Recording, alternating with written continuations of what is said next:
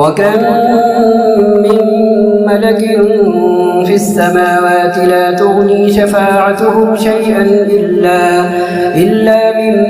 بعد أن يأذن الله لمن يشاء ويرضى.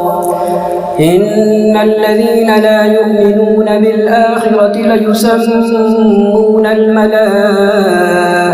تسمية الأنثى وما لهم